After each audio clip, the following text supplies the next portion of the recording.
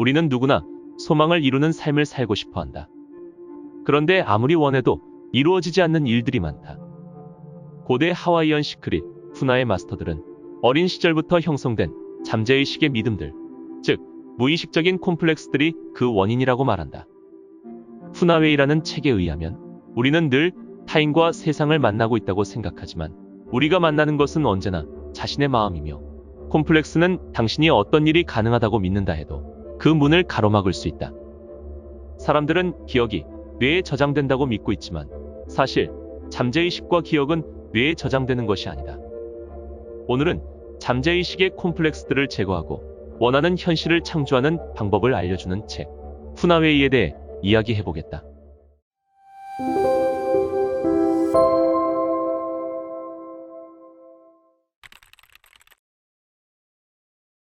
푸나 철학에 따르면 우리는 저마다 잠재의식의 자아, 의식의 자아, 초의식의 자아를 가지고 있는데, 어떤 이유로든 이 자아들 사이의 질서가 무너지면 몸이나 마음에 질병이 생기고 사회나 환경이 혼란스러워질 수 있다. 어린 시절의 부모에게 성관계는 나쁜 것이다라고 배워서 갖게 된 믿음은, 그 믿음이 변하지 않는 한 잠재의식은 성적인 상황에 마주칠 때마다 그 믿음에 따라 평생 행동하게 될 것이다. 기억은 잠재의식의 기능이며 실은 잠재의식의 유일한 기능이다. 왜냐하면 잠재의식의 다른 모든 기능은 기억으로부터 나오기 때문이다. 의식적으로 어떤 것을 기억하려고 할 때 우리는 실제로 잠재의식의 협조를 끌어내고 있다. 어떤 이유로 잠재의식이 협조하지 않게 되면 우리는 흔히 어떤 것을 분명히 알고 있는데도 기억해내지 못하는 경험을 하게 된다. 잠재의식은 끊임없이 의식적인 마음과 교류하지만 우리 사회는 이런 유형의 의사소통을 그다지 중요하게 생각하지 않는 까닭에 대다수 사람들이 이 소중한 자원을 이용하지 못하고 있다. 잠재의식은 꿈과 상상, 느낌, 신체적 감각, 무의식적으로 내뱉는 소리 등을 통하여 말을 한다. 의식적인 마음의 가장 중요한 기능 중 하나는 잠재의식을 안내하는 기능이다. 놀랍게도 많은 사람들은 잠재의식의 명령을 따라야 한다고 믿고 있다. 어떤 느낌이 일어나거나 어떤 기분이 들면 거기에 따라야 한다고 생각하는 것이다. 하지만 이런 일은 잠재의식이 메시지를 전하면서 지시를 기다리고 있다는 것을 나타낼 뿐이다. 어떤 지시도 주어지지 않으면 잠재의식은 습관이나 타인의 지시에 따라 행동하게 된다. 의식적인 마음은 원래 주인이 되어야 하지만 실제로 그런 경우는 드물다. 의식적인 마음은 말과 글, 신체적 행동, 생각을 통해 의사소통을 한다. 아마 의식적인 마음의 가장 큰 재능은 존재하지 않는 것을 상상하는 능력일 것이다. 잠재의식은 과거에 있었던 것만을 상상하지만 의식적인 마음은 완전히 새로운 개념과 경험을 창조할 수 있다. 초의식은 근원 자아라고 불리기도 하는데, 이는 초의식이 개인의 삶과 목적, 표현의 근원이기 때문이다. 그런 면에서 초의식은 내면의 신이라고 할 수 있다. 초의식은 개인에게 안내와 정보, 영감을 주지만 명령을 하지는 않는다. 그러나 일단 개인이 어떻게 할 것인지를 스스로 결정하면 초의식은 그것을 실행할 수 있도록 풍부한 아이디어와 지식, 에너지를 줄 수 있다. 초의식은 다른 두 가지 자아가 이용하는 경로뿐 아니라 직접적인 영감을 통해서도 의사소통을 한다. 사람들이 일반적으로 생각하는 것과는 달리 기억은 뇌에 저장되지 않는다. 최근의 몇몇 과학 연구는 기억들이 몸속의 여러 군데에서 복제되며 기억이 실제로 기록되는 곳은 에너지 차원이라는 점을 시사하고 있다.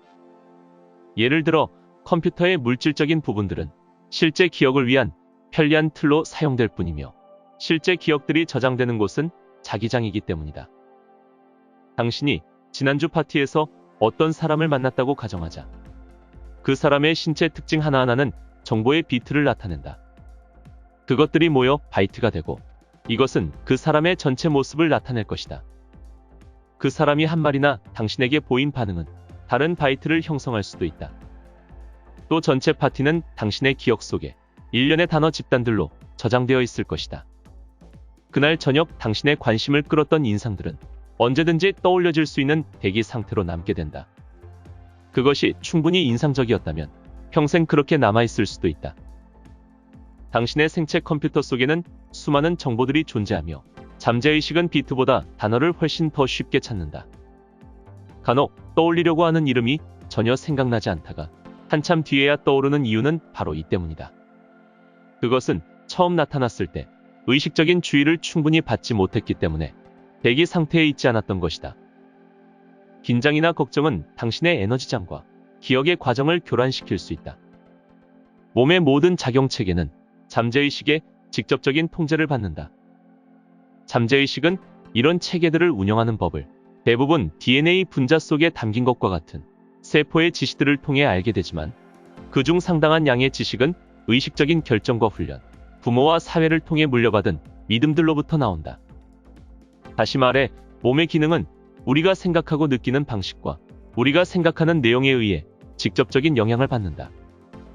물론 우리는 의식적으로 팔다리를 움직이거나 다른 속도로 호흡할 수도 있다. 하지만 이런 의식적인 행동들조차도 잠재의식의 기억들이 협조해야 하고 잠재의식이 관련 근육이나 기관들과 직접 연결되어야 이루어질 수 있다. 전통적인 과학자들은 생각들이 두뇌 세포에 기록되어 저장된다고 주장하지만 그런 기록의 흔적은 아직 발견되지 않았다. 이런 주장은 대개 뇌의 특정 부위를 전극으로 자극하면 기억을 생생히 일깨울 수 있다는 사실에 근거한다. 그러나 뇌의 다른 부위를 자극해도 똑같은 기억이 일깨워질 수 있으며 심지어 몸의 다른 부분들을 자극해도 그럴 수 있다. 후나 이론에서는 모든 생각은 그에 상응하는 세포의 변화를 일으키며 그 변화는 다음 생각에 의해 다시 변할 수 있다. 이것은 기억에 관한 어떤 영구적인 흔적도 발견되지 않는 이유를 설명해 줄 수 있다. 아카는 모든 곳에 퍼져 있는 에테르로서 사건들을 기록하고 에너지를 전달할 뿐 아니라 모든 물질 형태의 틀이기도 하다. 생각들은 실제로는 아카 물질에 기록되며 잠재의식은 이 원천으로부터 기억을 끄집어낸다. 이런 이유로 우리는 전생, 꿈, 상상, 환영, 그리고 물질적인 대응물이 없는 형태의 내적 경험들을 떠올릴 수 있는 것이다. 아카식 레코드라는 말이 있는데 생각들을 포함한 모든 사건들은 아카 물질에 기록되거나 새겨진다. 마음을 바르게 집중하면 이제까지 생각되고 느껴지고 말해지고 행해진 모든 것을 수신할 수 있다. 푸나에서는 심령 현상을 정상적인 감각의 확장으로 보며 이런 감각을 완전히 초월한 비범한 현상으로 보지 않는다. 심령 현상은 모든 사람의 삶 속에서 늘 일어나고 있지만 편향된 믿음들로 인해 특별히 인상적인 현상이 아니면 대부분 무시되며 이런 현상들은 종종 예감이나 직관, 영감의 모습으로 인지되기도 한다. 텔레파시는 청각과 말하는 능력의 확장이며 천리안은 시각의 확장이다. 염력은 촉각의 확장이며 예언은 미래에 일어날 사건을 지식에 근거하여 추측하는 능력의 확장이다. 이런 감각과 능력들은 우리의 문화권에서 흔하지 않다는 이유만으로 초능력으로 불린다. 이는 모든 감각과 능력을 책임지는 잠재의식이 그런 일들은 가능하지 않거나 좋지 않은 것이라는 사회의 믿음을 받아들였기 때문이다. 이것은 단지 믿음의 문제일 뿐이므로 모든 사람은 심령 현상을 경험할 수 있다. 여러 면에서 초의식은 수호천사와 비슷하다. 초의식은 우리를 위해 가장 좋은 것을 찾고 있고 우리를 발전시키기 위해 항상 조언을 해준다.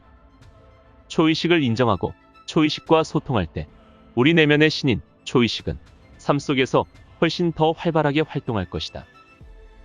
개인적인 신이라는 개념은 예수나 부처, 성인들, 그리고 특정 종교의 신들에게 하는 기도를 쓸모없다고 부정하는 것이 아니다.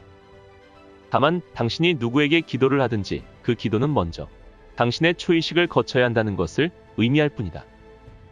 초의식은 당신 본성의 본질적인 부분이다.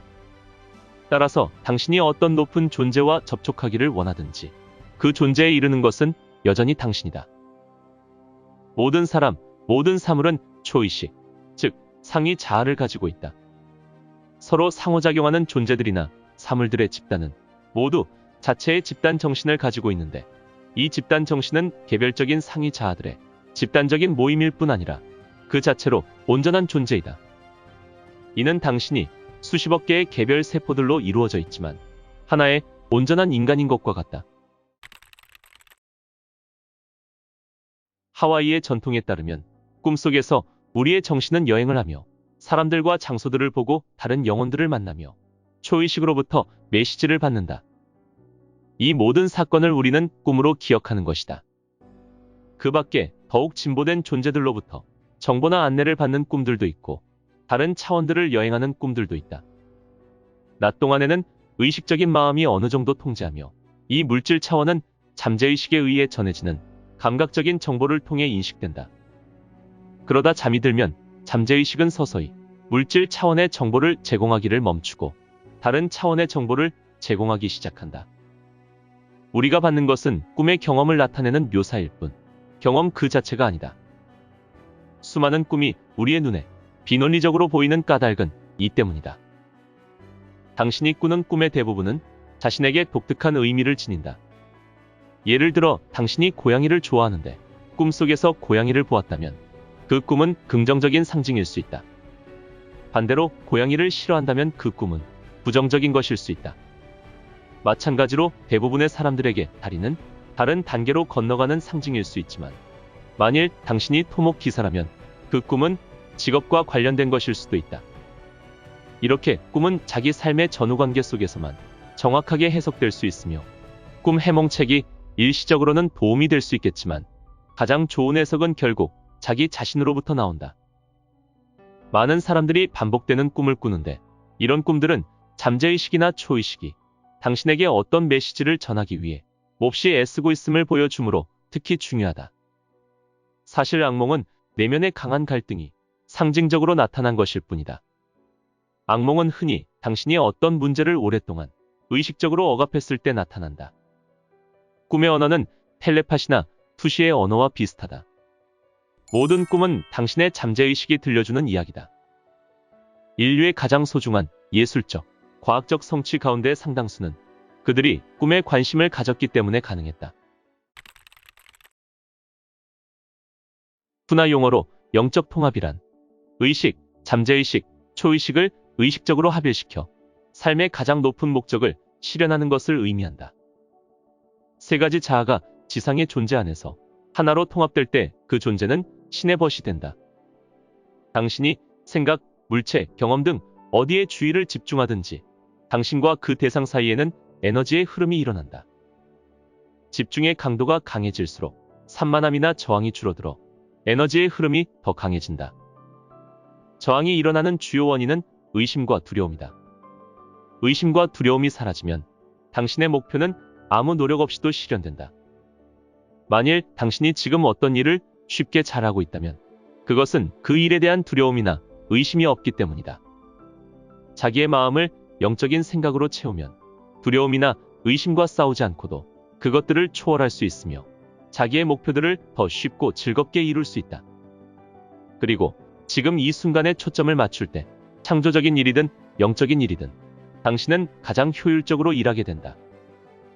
어느 한 가지 가능성에만 집착하는 대신 모든 가능성에 마음을 열고 어떤 것에 주의를 집중하면 당신의 생각에 의해 휘저어진 진동이 퍼져나가서 그와 상응하는 경험을 끌어당기거나 이전에 없던 새로운 것을 창조하는 힘들을 움직인다.